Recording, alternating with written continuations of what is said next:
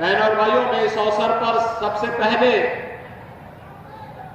इस क्षेत्र के वर्तमान में जो सांसद है श्री राजवीर सिंह दिलेर, जो आज हम सब के बीच में नहीं रहे, अचानक स्वास्थ्य खराब होने के कारण पिछले 2 वर्ष पहले उनका बाईपास सर्जरी भी हुई थी।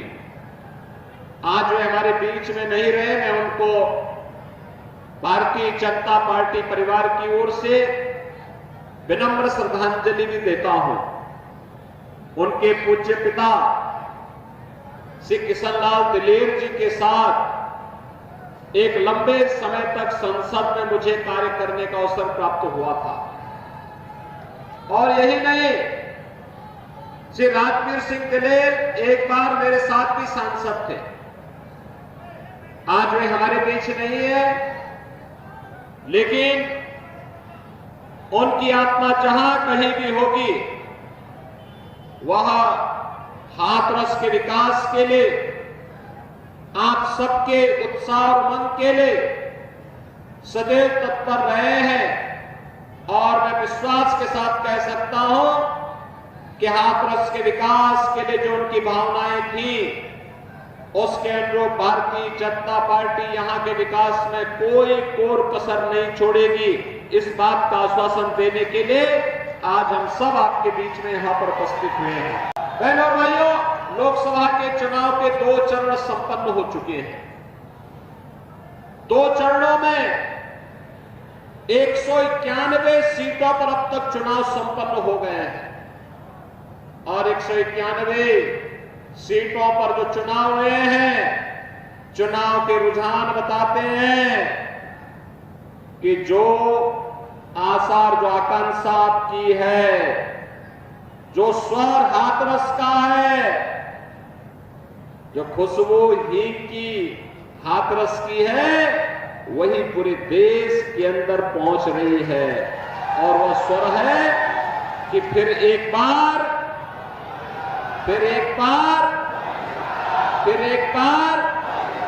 मोदी सरकार का जो स्वर यहां से गूंज रहा है, वही देश के अंदर है और पहले 2 चरणों में वही परिणाम में बदला है।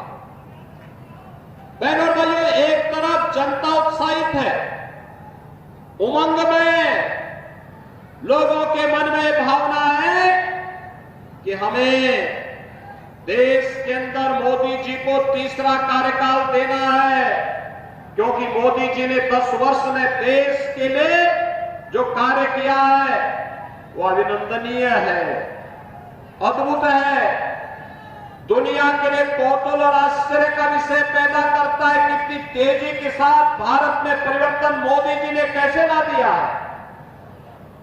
दुनिया के अंदर भारत का सम्मान बढ़ा है, सीमाएं सुरक्षित हुई है, आतंकवाद और नक्सलवाद समाप्त हुआ है, विकास के बड़े बड़े कार्य, highway, railway, metro, IIT, IIM, AIIMS, IIIT, NIT, world class university, 1 district 1 medical college, हर घर नल की योजनाएं जैसी काम कर रही हैं और 1 डिस्ट्रिक्ट 1 प्रोडक्ट के माध्यम से स्थानीय उत्पाद को भी पहचान मिली है।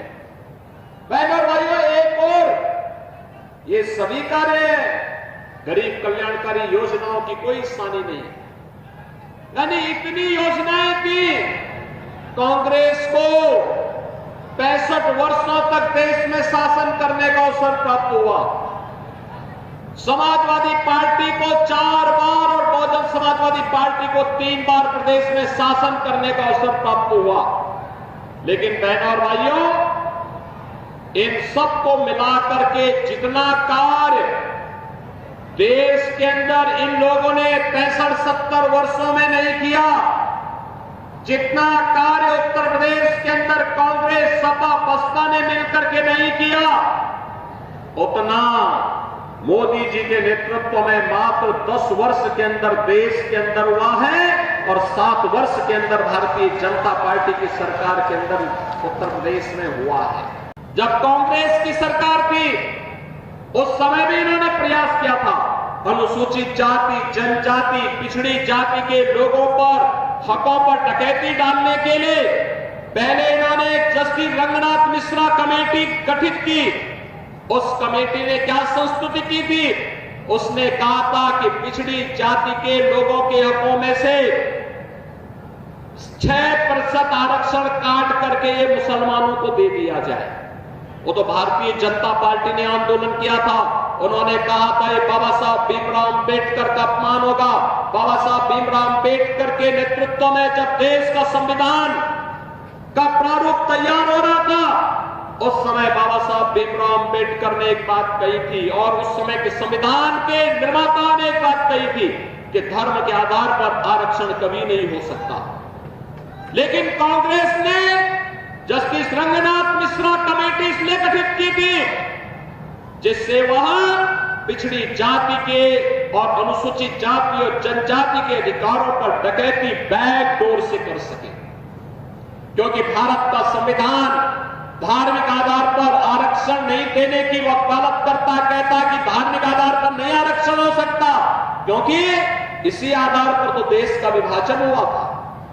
लेकिन अब बैकडोर से इन्होंने डकैती डालने का काम किया। पहले रंगनाथ मिश्रा कमेटी और फिर सच्चर कमेटी भी ये कांग्रेस ने यूपीए गवर्नमेंट के दौरान गठित की थी। और आज उसी तर्ज पर ये लोग फिर से काम कर रहा है। उनका मैनिफेस्टो इस बात का उदाहरण है और हम सब आपको अवगत कराने के लिए आए हैं। घर घर जाकर के लोगों को बताइए, ये देश के खिलाफ एक साजिश करना चाहते हैं। ये चुनाव देश निर्माण के लिए एक तरफ मोदी जी के नेतृत्व में आत्मनिर्भर और विकसित भारत की संकल्पना को साकार करने के लिए भारतीय जनता पार्टी आपके बीच में है।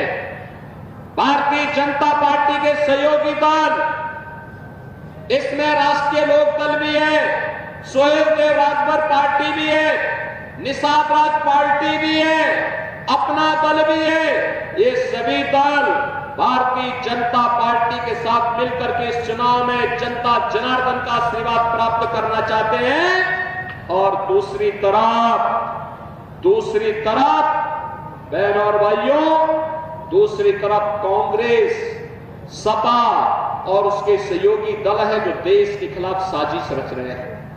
मैं एक बात और आपको बता दूं, यहां के अहरिया समाज को आरक्षण से वंचित करने का पाप भी कांग्रेस ने ही किया था।